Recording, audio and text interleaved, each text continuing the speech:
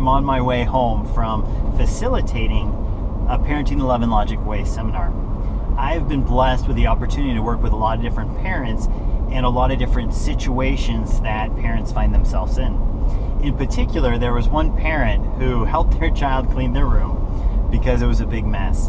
And the very next day, they walk into that child's room and it was an even bigger mess. Out of frustration, the parent asked the child, "Why is your room such a mess?" In a calm, sweet, respectable voice, the child turned to the mother and said, "Because it is." And as I heard this, I thought, how profound was that statement?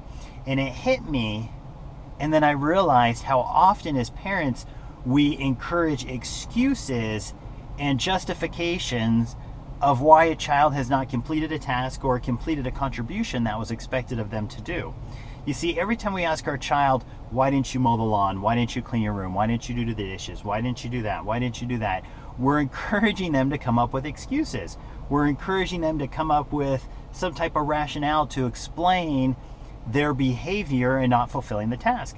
The fact of the matter is, if you want to keep your child accountable, hold them accountable, you add a consequence. There is a consequence. If a child does not fulfill a task which they have been assigned by the given time of which was agreed upon, or I say that loosely, there is a consequence. You don't need to go and encourage storytelling or anything. If you want to confront them and talk to them about it, that's fine. But ask them in a yes or no question to the extent of, did you take out the trash? Did you mow the lawn? And then when they go to tell you excuses or reasons, say, you know what, it's just a yes or no question. Yes or no. That's all I'm interested in. Believe me, if there is a good reason as to why they didn't get their contribution done or why they didn't fulfill the task, they'll tell you. And that reason is about maybe 9% of the time that they actually do have a reason. And so realistically, if you want to hold your child accountable, which I hope you do, if they don't fulfill the task, then they experience a consequence. And when you find out about it or when you see it, you throw in a little bit of empathy. So all of a sudden you walk into their room, it's a mess. It's, this is a bummer. Oh no. And then you give the consequence. Or you don't even confront them or talk about it, and you give them the consequence.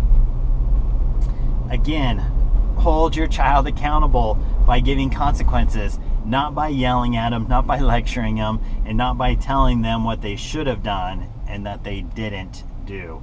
And again, don't encourage your kids to give you excuses or rationalize why they didn't fulfill the responsibility or the contribution that was asked. Good luck to you. Have a fantastic day.